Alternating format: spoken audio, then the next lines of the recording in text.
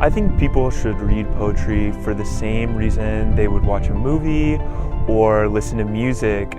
I think poetry provides a personal perspective that allows someone to articulate their thoughts on life, their human experience, and reading that is like opening that door into that person's view of life, opening a door into that person's perspective, and reading that gives the reader the ability to really understand that perspective more so.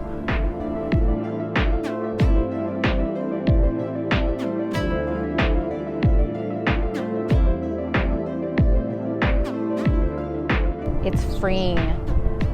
It's like, I think it lets a part of what you're feeling inside come out. I think poetry is something that could be really useful today and in this season because, I mean, the base of poetry is emotion. I don't know why I'm about to cry.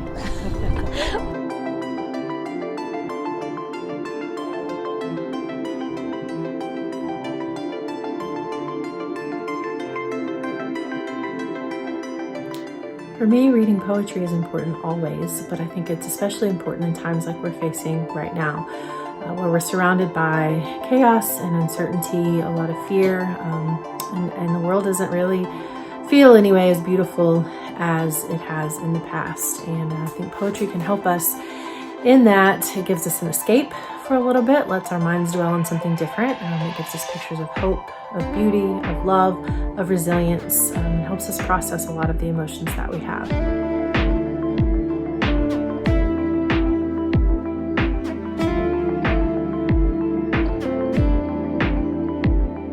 One reason I think that people turn to poetry in times of struggle or issue is that because oftentimes the arts and creative ways of writing help to express stress or anger or anxiety in ways that other types of learning can't.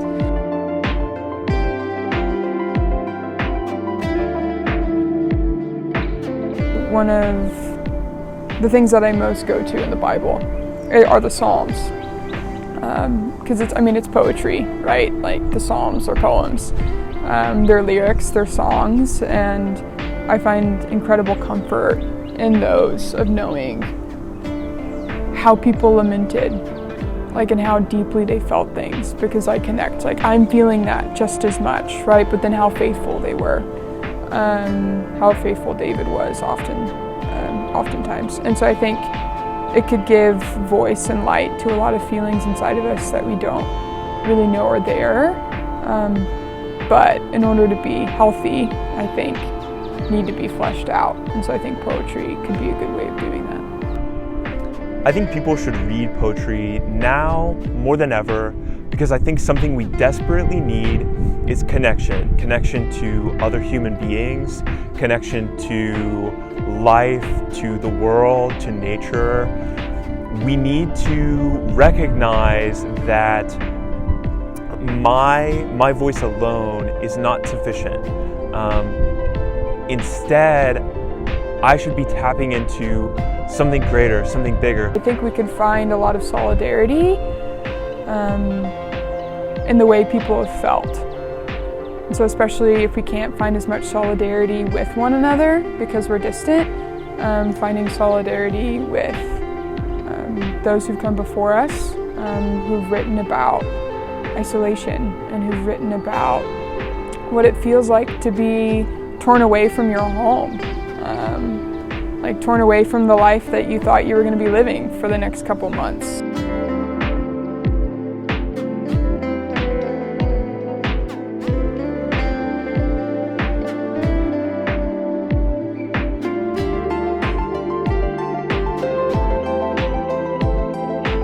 One reason I think that poetry is especially powerful right now is because poetry is a way to provide community for all of us that are feeling a really similar kind of way. We're stressed out, we're anxious, and poetry provides solidarity for emotions like that.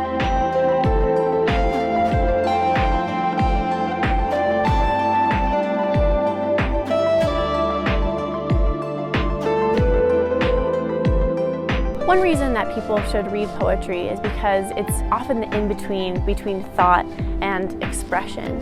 It articulates emotion and feeling in a way that's sometimes difficult to express in prose or other types of writing. Mostly I love poems because good poems inspire me. They cause me to feel awe at the power of language, to communicate, to inspire, to cajole, to call to action. I just love good poems.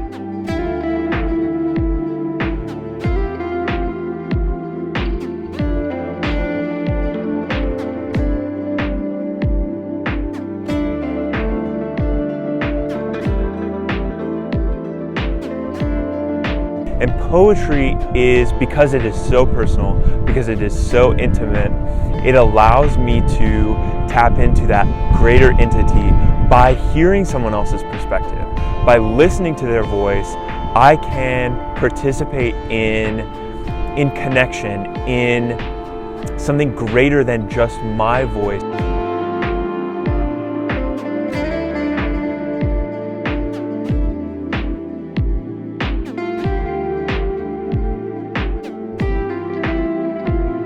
Along those lines, one of my favorite poems is The Rose That Grew from Concrete by Tupac Shakur.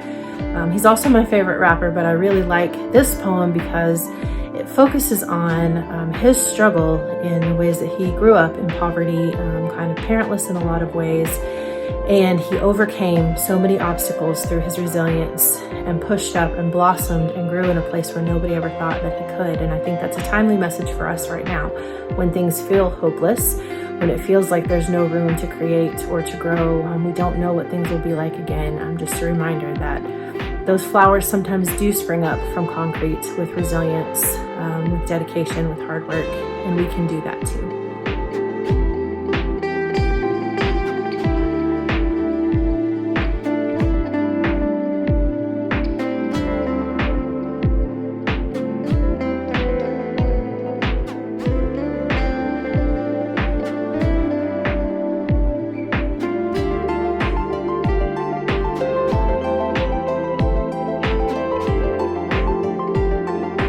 Just by hearing someone else's personal perspective, I have the opportunity to step outside of my comfort zone and to be a part of something bigger. And I think being a part of something bigger is just what we need.